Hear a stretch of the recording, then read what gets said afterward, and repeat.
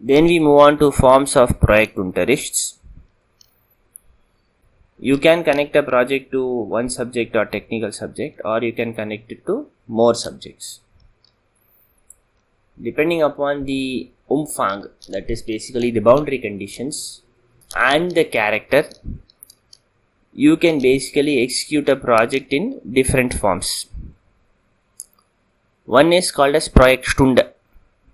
That means you have a particular time dedicated during the week for executing the project, and the students will be working only in that particular time.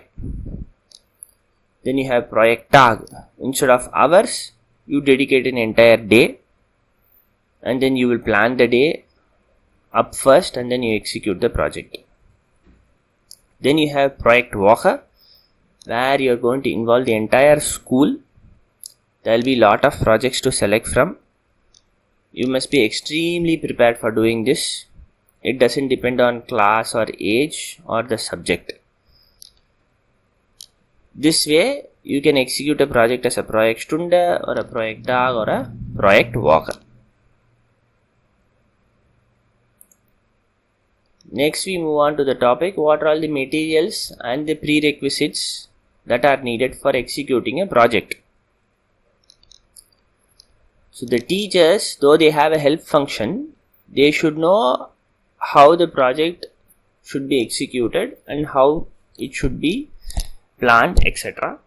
So that they must know by heart, like for a particular topic they must know it already, so that they can offer the help.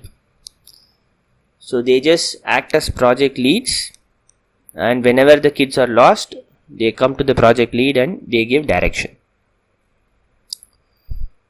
So the class, the teachers should make sure that there are different working techniques are being engaged.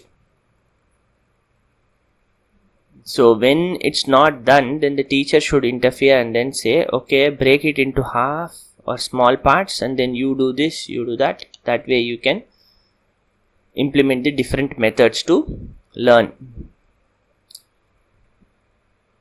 Give tips to use media like camera, microphone, live streaming, etc. The student should also know how to work with this technical generator, how to turn on the microphone, how to start recording, all those processes. I think today's kids know it all, so they will be teaching us.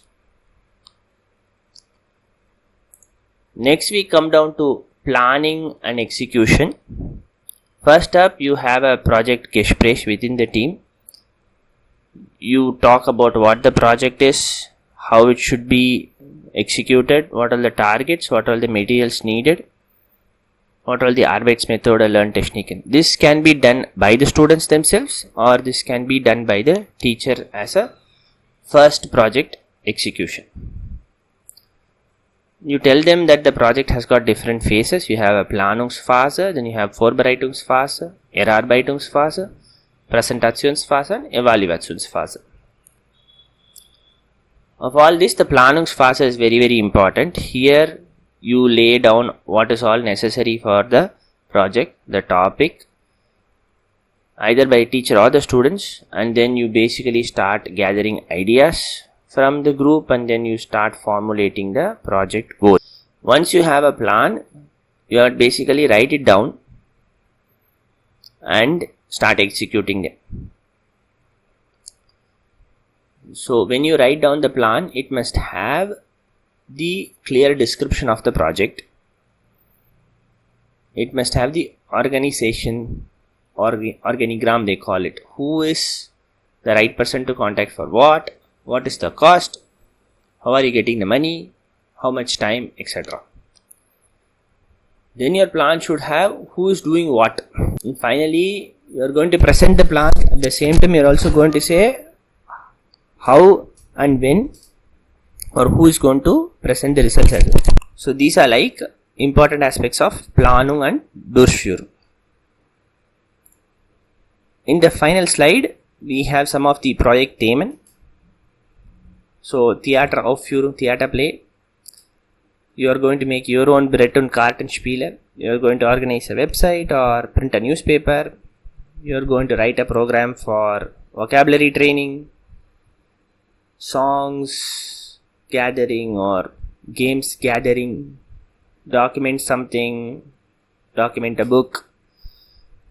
Class and Riser, class and fart, you're going somewhere as a local visit, exchange students, you're making a brochure, or you're going to set up an email, you're going to execute an interview, etc. These are like different topics in Projektarbeit.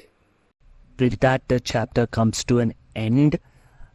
Please feel free to like, subscribe and comment to the channel.